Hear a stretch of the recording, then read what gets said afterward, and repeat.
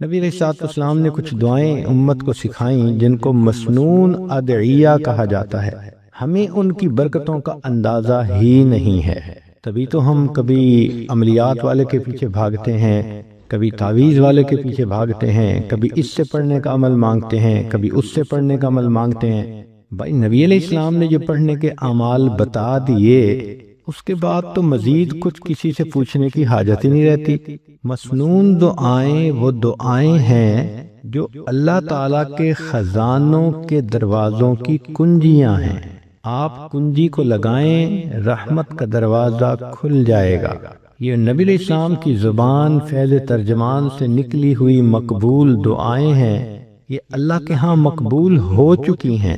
ہم اگر ان دعاؤں کو پڑھیں گے تو یہ پھر قبول ہوں گی۔ جو چابی ایک دفعہ تالا کھول دے وہ بار بار کھول سکتی ہے، اور اگر وہ چابی دوسری دفعہ تالا نہ کھول سکے تو لگانے والے نے کوئی غلطی کی ہے۔ چنانچہ نبی علیہ الصلوۃ والسلام کی دعائیں اللہ رب العزت کے ہاں قبول ہو چکی، قبولیت پا چکی۔ اب ہم اگر ان دعاؤں کو پڑھیں گے تو رحمتوں کے دروازے کھلتے جائیں گے، اور اگر نہیں کھل رہے تو اس کا مطلب کہ چابی کو استعمال کرنے والے کو کوئی مسئلہ ہے۔ تو ان دعاؤں سے فائدہ اٹھائیں۔ عورتیں ایک مثال ذرا غور سے سنیں۔ آپ حج کرنے کے لیے جاتی ہیں تو کیا گھر کی ساری چابیاں لے کے ساتھ چلی جاتی ہیں؟ نہیں، چابیاں پیچھے چھوڑ جاتی ہیں، بڑی بیٹی کو سمجھا جاتی ہیں، بہو کو سمجھاتی ہیں، بیٹا تم ایسے یہ کر لینا، ضرورت ہو تو ایسے کر لینا، لمبی انسٹرکشن دیتی ہیں اس کو، اور پھر کہتے ہیں کہ یہ میں ساری چابیاں دیتی جا رہی ہوں، ذرا دھیان رکھنا، اور جب تمہیں ضرورت ہو تم فلاں دروازے کو کھول کے اس کے اندر جو کلوزٹ ہے اس میں پیسے رکھے ہیں تم لے لینا، تاکہ تمہیں کسی سے مانگنے نہ پڑے۔ تو ماں جانے سے پہلے اپنے بچوں کو چابیاں دے جاتی ہے کہ میرے بچوں کو غیر کی محتاجی نہ ہو۔ بالکل یہی مثال ہے۔ اللہ کے پیارے حبیب صلی اللہ علیہ وسلم جب اس دنیا سے جانے لگے تو محبوب صلی اللہ علیہ وسلم نے امت کو دعائیں سکھا دیں کہ اگر میری یہ امت ان دعاؤں کو پڑھتی رہے گی تو رحمتوں کے دروازے ان پر کھلتے رہیں گے۔ حدیث مبارکہ میں ہے کہ جبریل کہ اللہ تعالیٰ نے ملک الموت کو بھیجا نبی علیہ السلام کے پاس، انہوں نے آ کے کہا اے اللہ کے حبیب صلی اللہ علیہ وسلم، اللہ تعالیٰ نے آپ کو یاد فرمایا ہے۔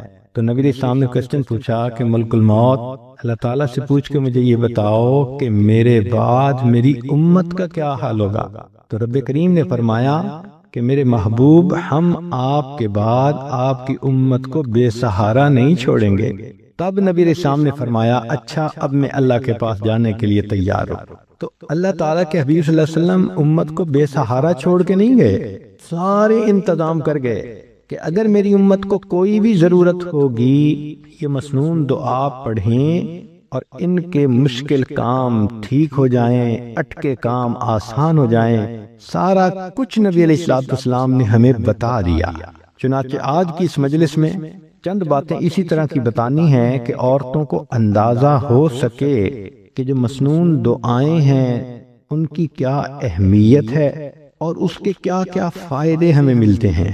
سب سے پہلی چیز ذہن میں یہ آتی ہے کہ میں کوئی ایسا عمل کر لوں کہ وقت تو تھوڑا لگے اور اجر بہت زیادہ ملے۔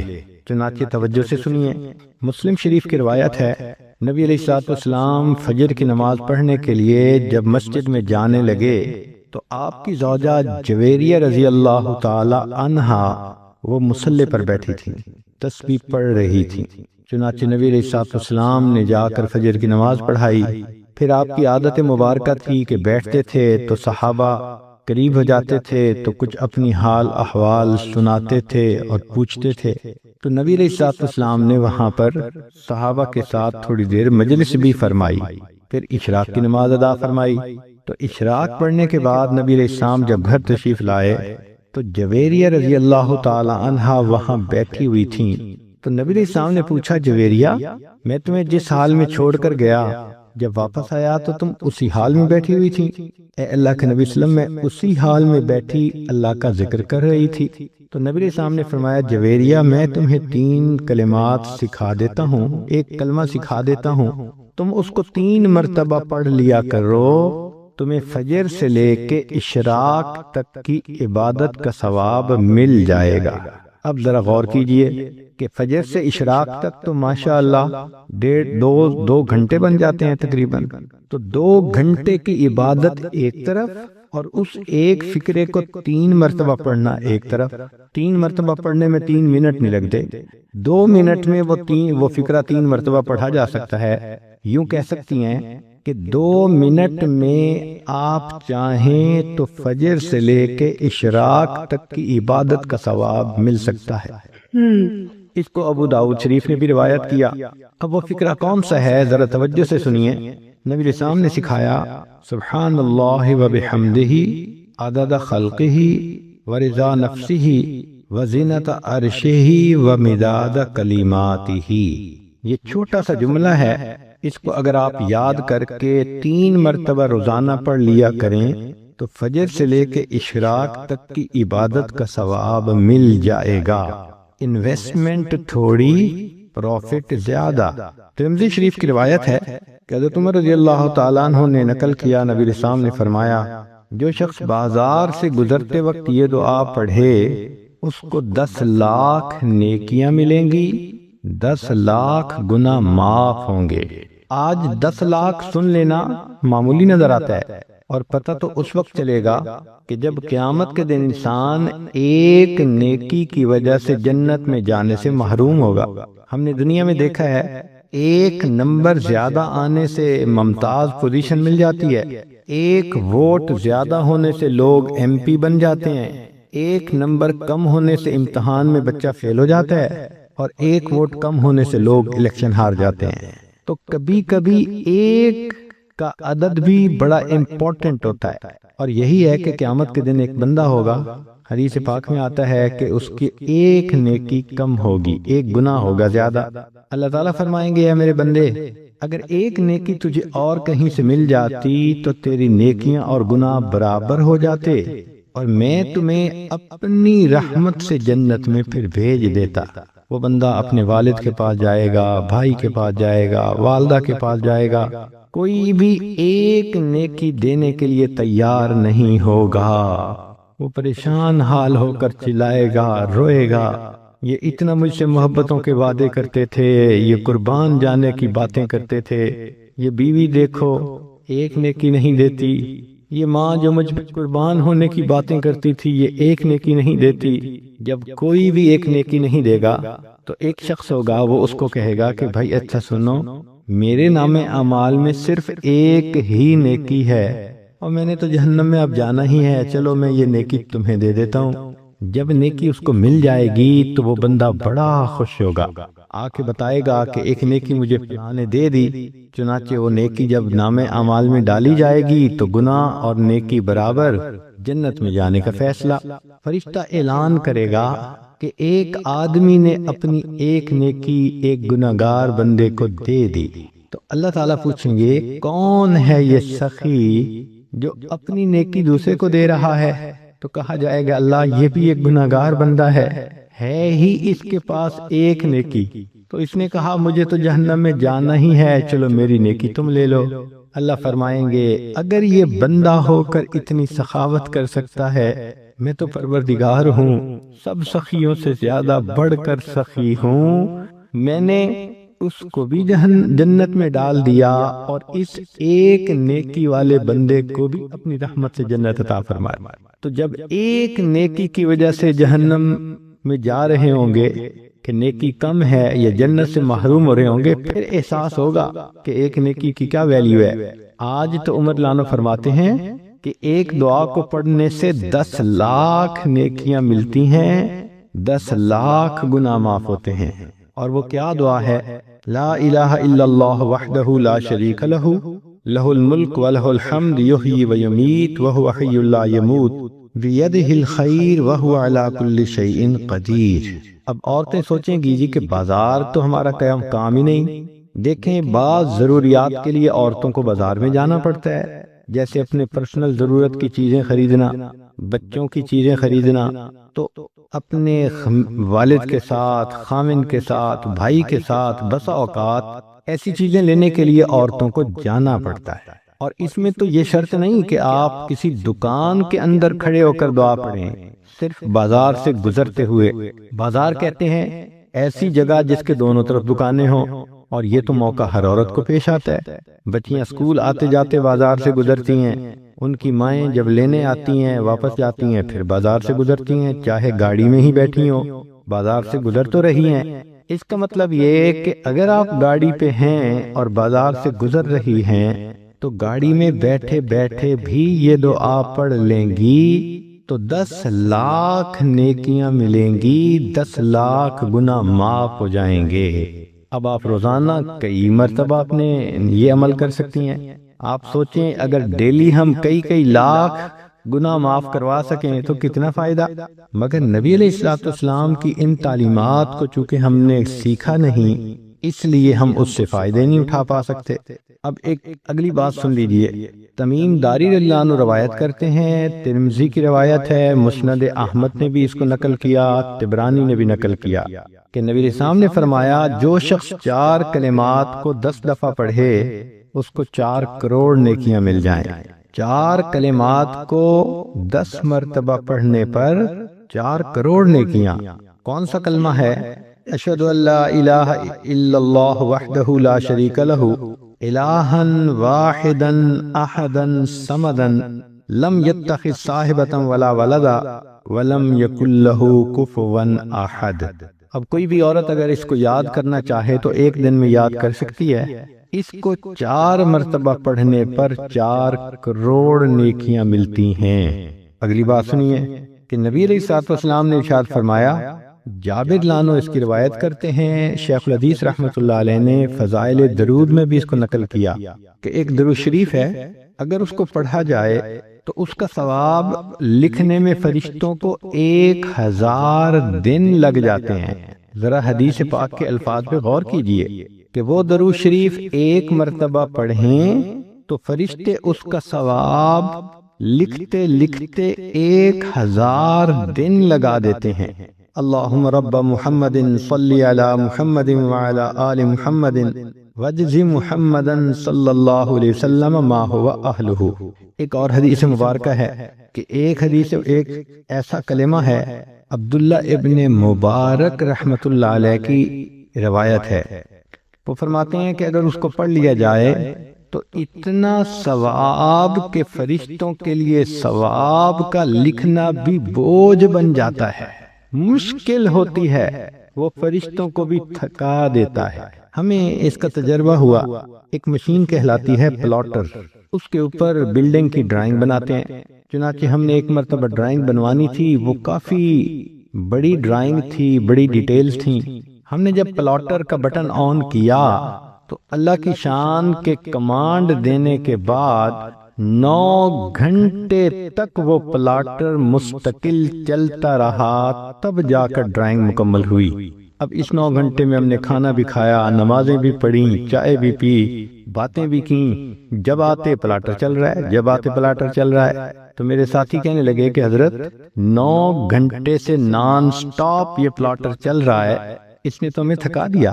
میں نے کہا آپ کو تھکا دیا اور مجھے ایک مضمون اس نے سمجھا دیا۔ کہنے لگا کون سا؟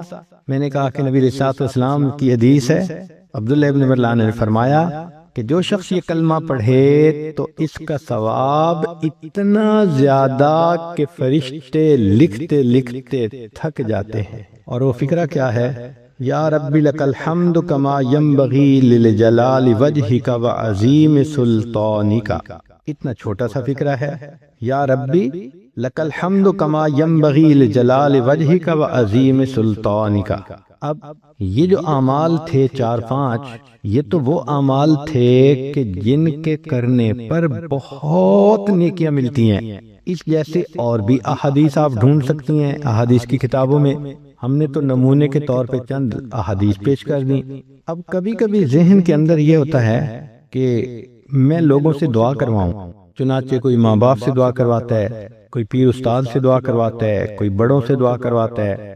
دعائیں لے کے ہمیں خوشی ہوتی ہے، اور یہ واقعی اچھی عادت بھی ہے کہ انسان دعاؤں کے لیے کسی کو کہے، اور اگر کسی کو کسی ولی کی دعائیں ملیں تو سبحان اللہ، اور اگر کسی معصوم کی دعائیں ملیں تو وہ تو اور بھی زیادہ اعلیٰ بات ہے۔ عورتیں توجہ سے سنیں کہ ایک آیت ہے، 3 آیتیں ہیں۔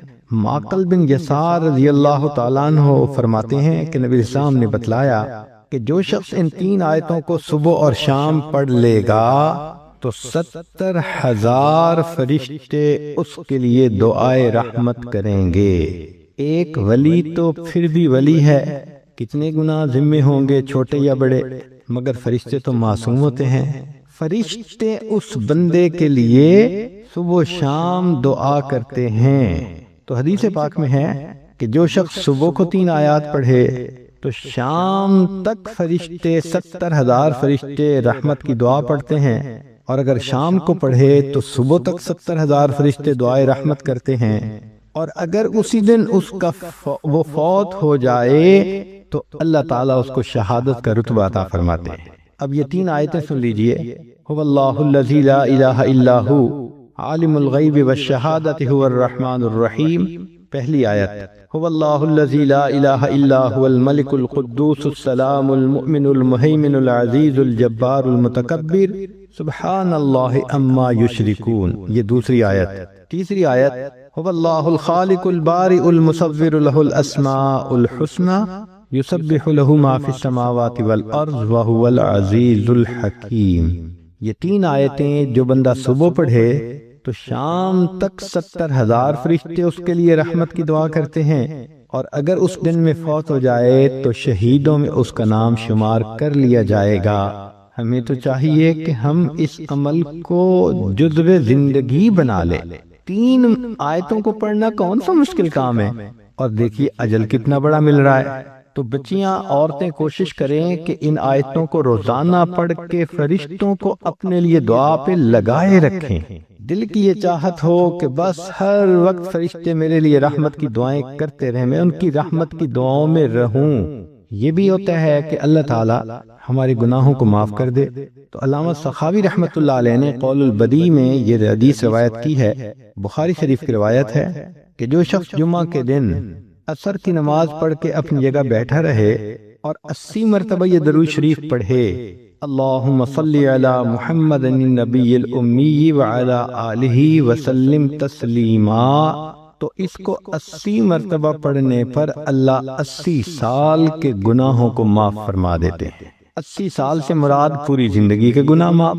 کتنا سستا سودا ہے، ہر جمعے کو یہ عمل ہم کر سکتے ہیں۔ بلکہ عورتوں کو چاہیے کہ وہ تو جمعہ کے دن عصر کی نماز کے بعد ساری عورتیں گھر میں اکٹھی ہو جائیں، بچے بھی اکٹھے ہو جائیں، عصر کی نماز پڑھ لیں اپنی اپنی، اور پھر وہیں بیٹھے بیٹھے سب بچے بچیاں عورتیں سب کے سب 80 مرتبہ درود شریف یہ پڑھیں، پھر دیکھیں اللہ تعالیٰ کی طرف سے کیسے برکتیں اس گھر میں آتی ہیں۔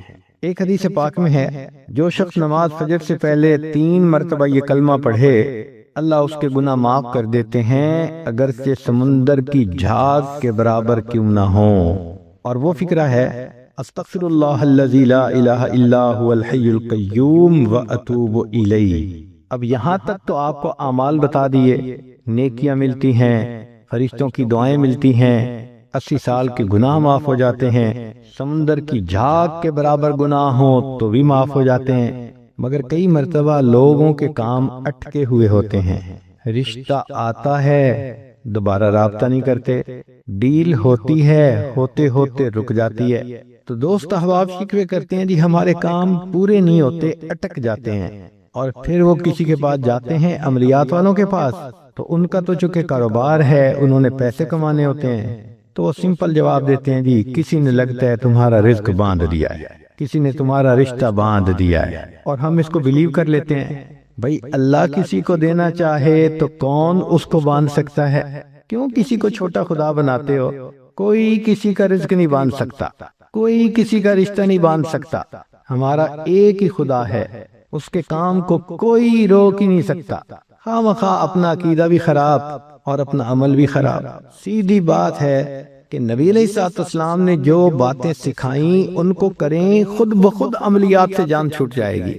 چنانچہ عورتیں اکثر پوچھتی ہیں جی کہ میرا رشتہ اچھا ہو جائے، بیٹے کو جاب مل جائے، بہو کا ویزا رکا ہوا ہے، فلاں کام اٹکا ہوا ہے۔ تو بھئی اٹکے ہوئے کاموں کے لیے عمل نبی علیہ السلام کے مبارک زبان سے ابو داؤد شریف کی روایت ہے۔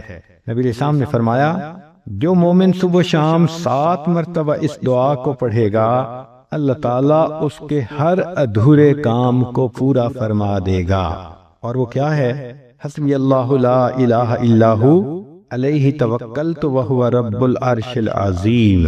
بعض لوگوں کو رزق کی تنگی کے بڑے شکوے ہوتے ہیں اور ان کے دل پہ فاقے کا خوف رہتا ہے، ڈر رہتا ہے، اور فاقے سے بچنے کے لیے وہ سارا دن کاروبار کے پیچھے بھاگتے دوڑتے بھی رہتے ہیں۔ سنیے، ابو نعیم کی روایت ہے، ابن ابی شیبہ نے بھی اس کو لکھا کہ نبی علیہ الصلوۃ والسلام نے ارشاد فرمایا جو شخص اس دعا کو پڑھے گا اللہ اس سے 70 مصیبتیں دور کریں گے جن میں سب سے چھوٹی مصیبت اس کا فاقہ ہوگا۔ جو شخص اس دعا کو پڑھے اللہ تعالیٰ اس سے 70 مصیبتوں کو دور فرمائیں گے اور سب سے چھوٹی مصیبت فاقہ ہوگی، اور وہ فقرہ ہے لا حول ولا قوة الا باللہ لا ملجأ ولا منجأ من اللہ الا الیہ۔ کئی مرتبہ انسان غمزدہ ہوتا ہے اور سوچتا ہے میں تو اکیلا ہوں، میرا ساتھ دینے والا کوئی نہیں، ماں باپ فوت ہو گئے، کہاں جاؤں، کس کو دل کا غم سناؤں، میرا غم کیسے دور ہو۔ نبی علیہ الصلوۃ والسلام نے فرمایا، کنز المال کی روایت ہے کہ قرآن مجید کی ایک آیت کو 3 مرتبہ یقین کے ساتھ پڑھ لیں، اللہ تعالیٰ غمزدہ دل کو تسلی فرما دیتے ہیں۔ لا الہ الا انت سبحانک انی کنت من الظالمین۔ کتنی مختصر سی آیت ہے اور اکثر بچیوں کو یاد بھی ہوتی ہے۔ اس آیت کو 3 مرتبہ پڑھنے پر اللہ تعالیٰ انسان کی سیڈنس ختم کر دیتے ہیں، غم ختم کر دیتے ہیں، دل کو خوشی عطا فرما دیتے ہیں۔ کئی لوگوں کو دیکھا کہ بیمار ہوتے ہیں، کبھی ہسپتال کا چکر، کبھی ڈاکٹر کے پیچھے، تو نبی علیہ الصلوۃ والسلام نے ایک حدیث پاک میں فرمایا، اس حدیث کو مسند احمد نے روایت کیا اور طبرانی نے روایت کیا کہ جو شخص فجر کے بعد 3 مرتبہ یہ دعا پڑھ لے اللہ 4 مرضوں سے اس کو نجات عطا فرما دیتے ہیں۔ امید ہے کہ مستورات توجہ سے یہ بات سنیں گی اور اس کی اہمیت کو ذرا سمجھیں گی کہ جو شخص فجر کے بعد 3 مرتبہ یہ آیت پڑھ لے تو اللہ تعالیٰ اس کو 4 بڑے بڑے مرضوں سے بچائیں گے۔ نمبر 1، پاگل پن۔ اگر کوئی آدمی مینٹلی انبیلنسڈ ہو، ریٹارڈڈ ہو، یا جس بندے کو چیزیں بھول جاتی ہوں یا چیزیں یاد نہ رہتی ہوں، ذہن سے متعلقہ جو بیماریاں ہیں وہ اسی پاگل پن کے زمرے میں آئیں گی، یا کسی کو مرگی کی بیماری ہوتی ہے وہ بھی اسی زمرے میں آئے گی۔ تو پہلی بیماری جو اللہ تعالیٰ دور کرتے ہیں وہ ہے پاگل پن، اور دوسری بیماری کوڑ پن۔ کوڑ پن کہتے ہیں چہرہ بدصورت ہو جانا۔ یہ بھی ہو سکتا ہے کہ برس کی بیماری ہو جائے، جیسے بعض عورتوں کو جلد بالکل سفید ہو جاتی ہے اور عجیب بدنما چہرہ ہو جاتا ہے، یا کئی مرتبہ جسم پہ تل اتنے نکل آتے ہیں، دانے اتنے نکل آتے ہیں کہ چہرہ بدنما ہو جاتا ہے، یا چہرے پر داغ پڑ جاتے ہیں کالے رنگ کے۔ تو چہرے پہ داغ پڑیں، چہرے پہ دانے بنیں، یا چہرے پہ برس کے نشان پڑیں، کوئی بھی چیز ہوگی وہ اسی کوڑ پن کے زمرے میں شامل ہوگی جس سے کہ چہرہ انسان کا بدصورت ہوتا ہو۔ یہ بیماری بھی اللہ دور فرما دیں گے۔ اب جن بیچاریوں کو بیوٹی پارلر پہ جانے کا شوق رہتا ہے اور اپنے فیس پہ پتہ نہیں کیا کیا پروسیس وہ کرواتی ہیں، تو ان کو تو چاہیے کہ وہ اس آیت کو یا اس فکرے کو بار بار پڑھیں تاکہ اللہ تعالیٰ ان کے چہروں کی خوبصورتی دیر تک سلامت رکھیں۔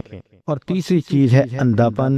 اندھے پن سے مراد یہ کہ آنکھوں کی بینائی ہی چلی گئی، یا آنکھوں میں موتیا بند آ گیا، یا آنکھوں پہ اینک لگانی پڑ گئی۔ یہ سب ایک ہی بیماری کی تفصیلات ہیں۔ تو جن کی نظر کمزور وہ بھی پڑھ سکتی ہیں، یا جن کو لینز لگانے پڑتے ہیں کنٹیکٹ لینز سے ہی یا کوئی اور، اس مصیبت سے بھی جان چھوٹ گئی، اور جن کی بینائی چلی گئی اللہ ان کے لیے بھی آسانیاں فرما دیتے ہیں۔ تو پاگل پن کی بیماری ختم، کوڑ پن کی بیماری ختم، اندھے پن کی بیماری ختم، اور چوتھا فرمایا فالج کی بیماری ختم۔ فالج ایک تو ہوتا ہے کہ انسان کا ہاتھ یا پاؤں کام ہی نہ کریں، اور ایک یہ بھی ہوتا ہے کہ اتنی ویکنس کہ عورت کہتی ہے مجھ سے تو کھڑا ہی نہیں ہوا جاتا، میرے پاؤں سن ہو جاتے ہیں، میرے ہاتھ سن ہو جاتے ہیں۔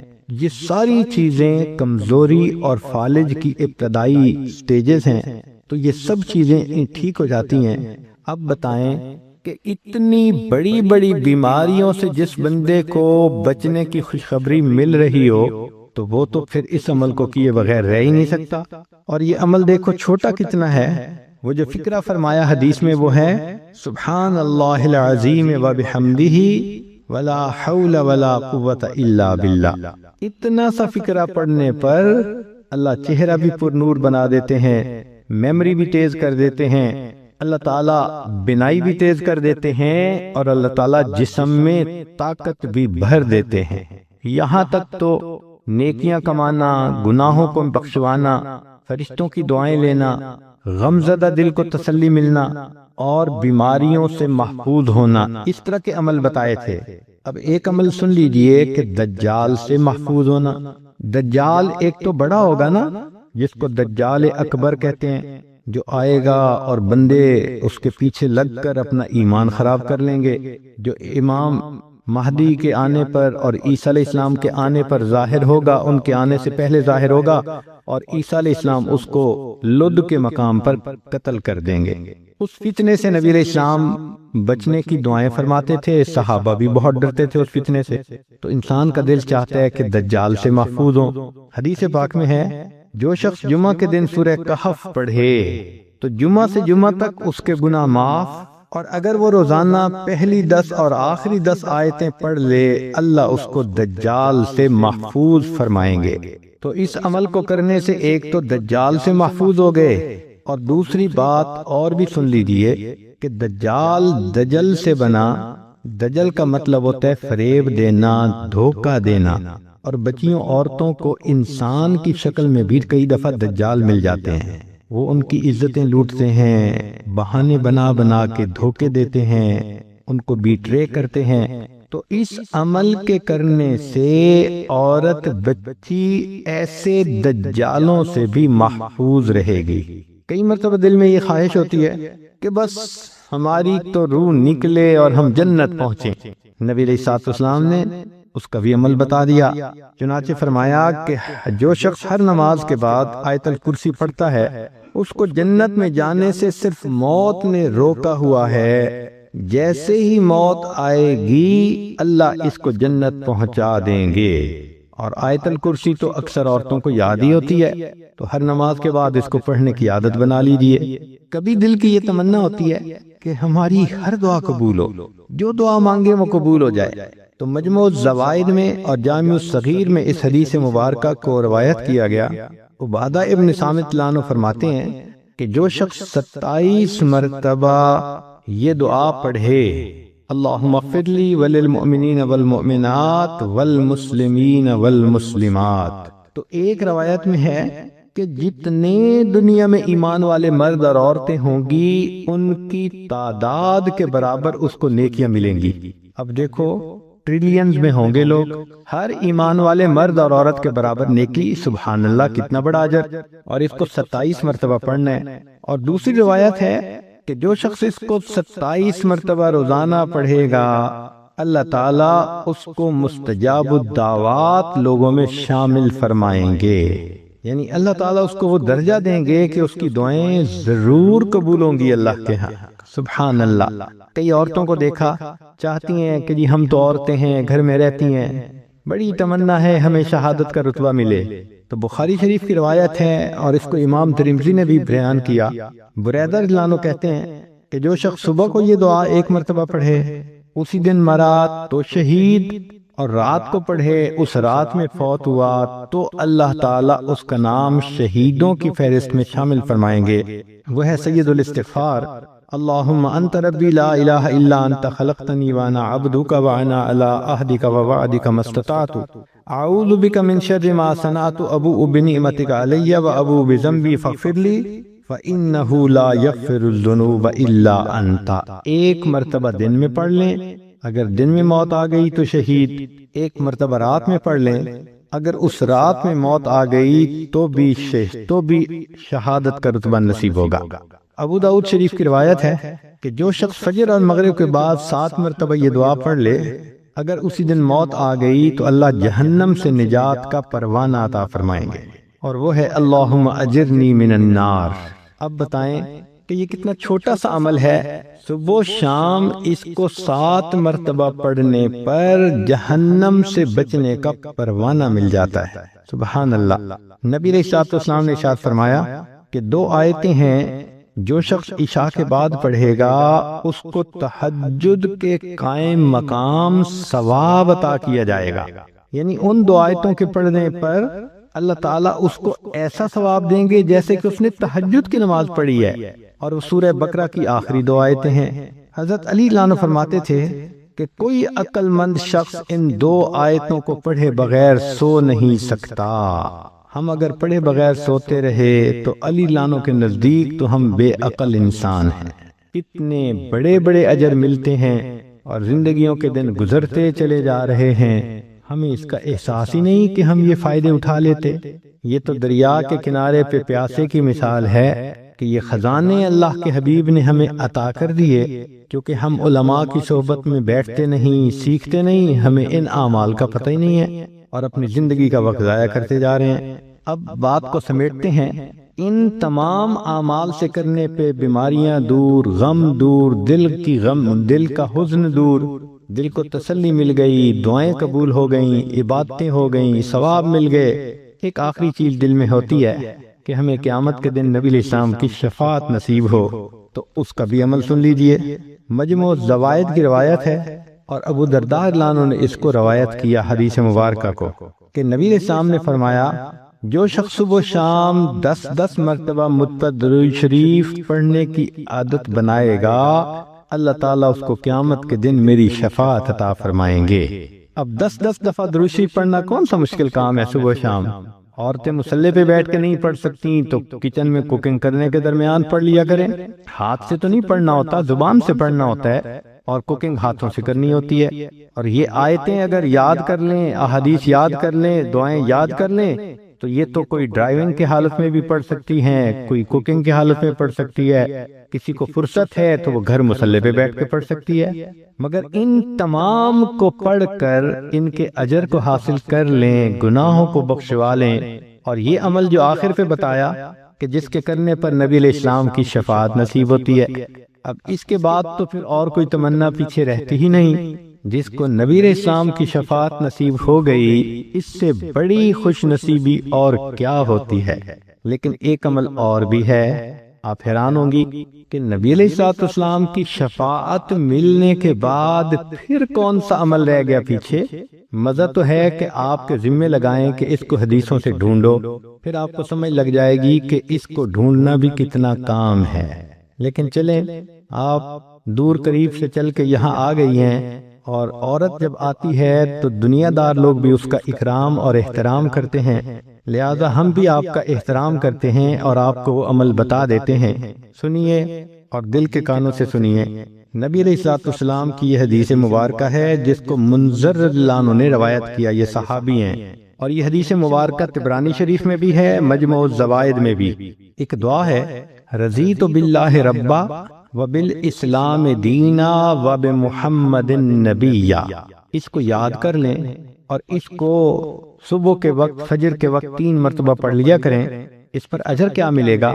سبحان اللہ، حدیث کو پڑھ کے دل باغ باغ ہو جاتا ہے، دل خوش ہو جاتا ہے، اور جی چاہتا ہے کہ زندگی کے آخری دن تک ہم اس عمل کو کرتے رہیں، کبھی چھوڑیں گے نہیں۔ کیا اجر ملا؟ منذر اللہ عنہ فرماتے ہیں کہ نبی اسلام نے فرمایا کہ جو شخص اس آیت، اس فقرے کو دن میں 3 مرتبہ پڑھے گا، میں اس کو ہاتھ پکڑ کر جنت میں داخل کرنے کا ذمہ دار ہوں گا۔ اللہ اکبر کبیرہ۔ واقعی اللہ کے حبیب صلی اللہ علیہ وسلم نے تو حق ادا کر دیا۔ یہ تو ہماری کوتاہیاں ہیں، ہماری نالائکیاں ہیں، ہم ان اعمال کو کرتے نہیں اور پھر سر پہ گناہوں کے بوجھ بڑھاتے جا رہے ہیں، شیطان کے ہاتھوں بے وقوف بنے پھرتے ہیں۔ اللہ تعالی ہمیں سمجھ عطا فرمائے اور ہمیں اپنی زندگی سنت کے مطابق کرنے کی توفیق عطا فرمائے۔ وآخر دعوانا ان الحمد للہ رب العالمین۔ اور ایک حدیث مبارکہ میں آتا ہے کہ اسم آدم 3 صورتوں میں ہے، ایک سورہ بقرہ، دوسرا سورہ آل عمران اور تیسرا سورہ طٰہٰ۔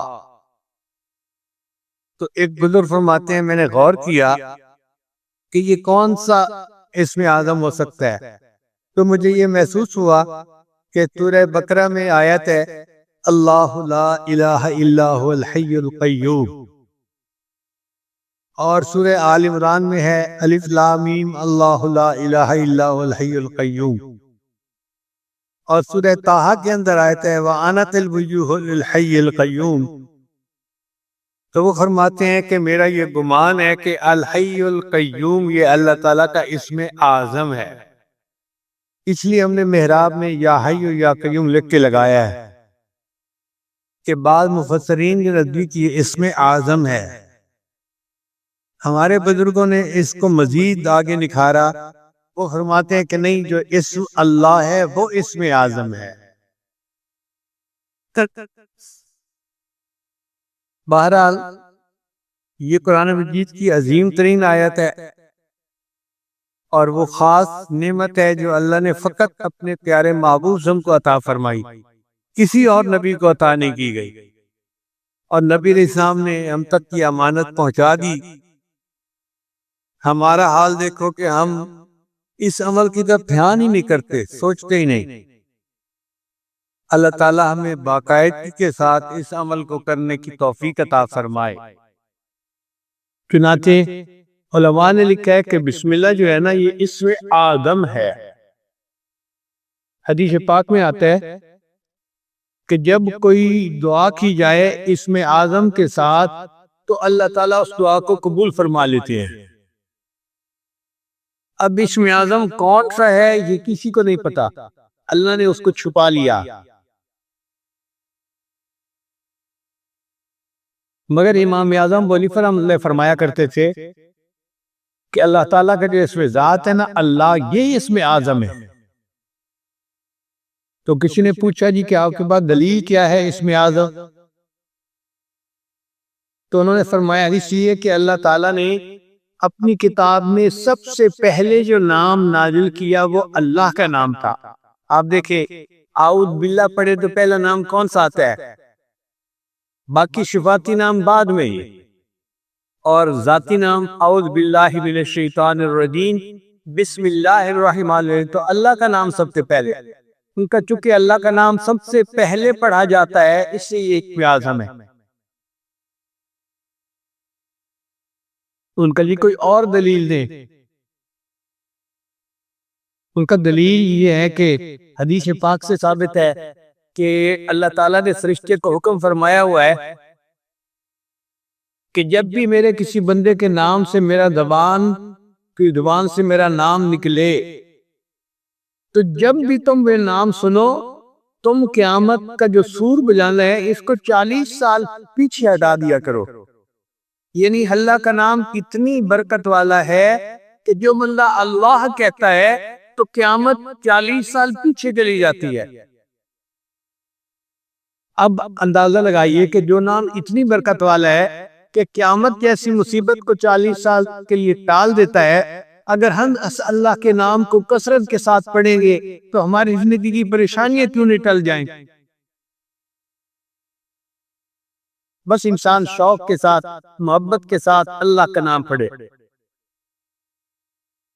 حدیث مبارکہ میں لا تقوم الساعہ، اس وقت تک قیامت قائم نہیں ہو سکتی حتی یقال فی الارض اللہ اللہ، حتی کہ زمین میں کوئی ایک بندہ بھی اللہ اللہ کہنے والا ہوگا۔ جب تک اللہ کا نام دنیا میں رہے گا قیامت نہیں آ سکتی۔ قیامت تک آئے گی جب اللہ کا نام لینے والا ہی کوئی نہیں رہے گا، تب قیامت آئے گی۔ تو اللہ کا نام کتنی برکت والا ہے۔ تو امام صاحب نے فرمایا کہ حدیث پاک سے بھی ثابت ہوتا ہے کہ یہ اسم اعظم ہے۔ آگے سوال پوچھنے والے بھی فقہا تھے، عالم تھے، ان کا نہیں، یہ کوئی سکہ بند دلیل دے کہ بندہ کا دل مطمئن ہو جائے۔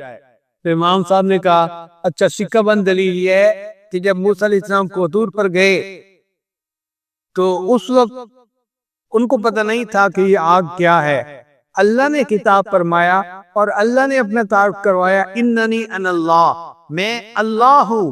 اگر کوئی اور نام اسم اعظم ہوتا تو اللہ اس نام سے اپنا تعارف کرواتے، اللہ نے تعارف میں کہا کہ میرا نام اللہ ہے، اس کا مطلب ہے کہ یہی اسم اعظم ہے۔